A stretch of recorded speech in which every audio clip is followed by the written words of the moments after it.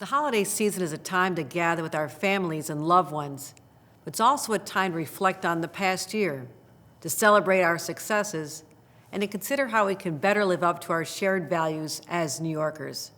That's why I feel a profound sense of responsibility as your governor and as a neighbor to speak with you today. In the wake of the horrific acts of terror in Israel on October 7th, we've seen a troubling increase in hatred and bigotry around our state. We witnessed the murder of innocent civilians and the capture of hostages in Israel, including New Yorkers. And the world has been shocked by the tragedy of civilians being killed in Gaza. While this war rages on more than 5,000 miles away, the challenges we face have tested the very fabric of our unity here at home. Some communities and college campuses around our state have been engulfed in a blizzard of hatred, anti-Semitism, and Islamophobia. Gunshots ringing out in front of synagogues, street vendors being harassed because of their religion, attacks on our neighbors, on our friends, on our families, all creating real fear about even sending children to school or attending places of worship. There are people in our society who fan the flames of discord and hate just to create chaos. On social media, the loudest voices seeking the limelight are using hate as a vehicle for self-promotion and to divide. And it is infecting the minds of impressionable New Yorkers and pushing them to extreme viewpoints.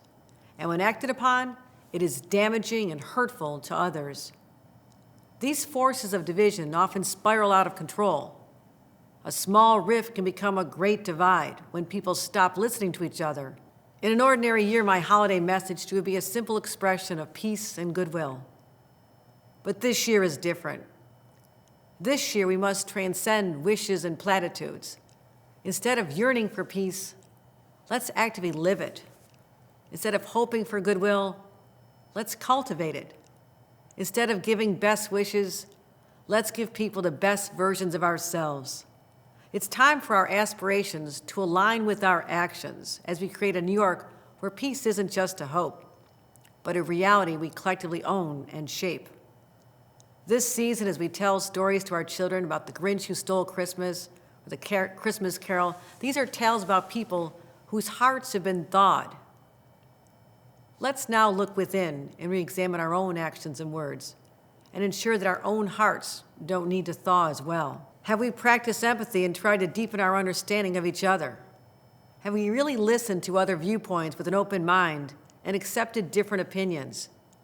Have we stood up for others when they are subjected to hurtful speech? Too often we avoid difficult topics because they might upset those closest to us, and as a consequence, we avoid talking about shared values and beliefs that should bind us closer together.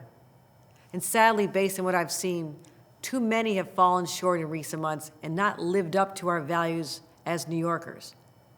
Yet we don't have to accept this. People of goodwill here can be the vanguard against hate and the perpetration of falsehoods. This isn't the first time New York has found itself at the crossroads of division.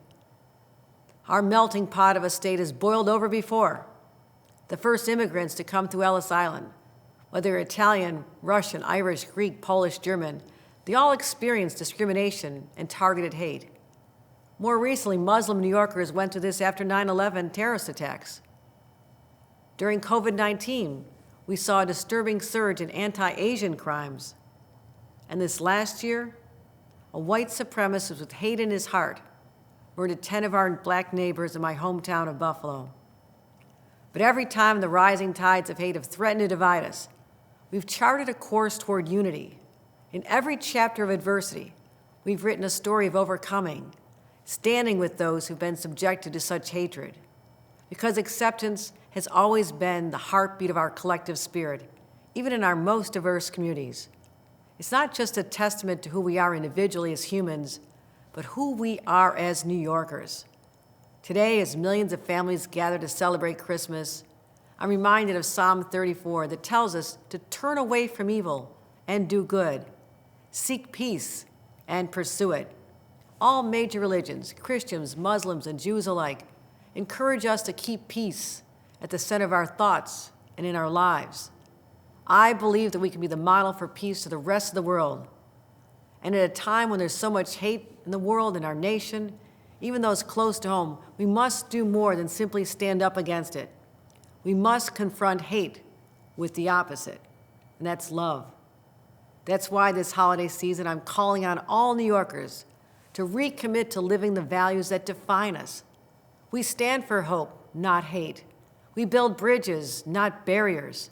We reject racism and denounce bigotry. And we must create a New York where everyone can thrive, free from fear, free from persecution, and free from discrimination.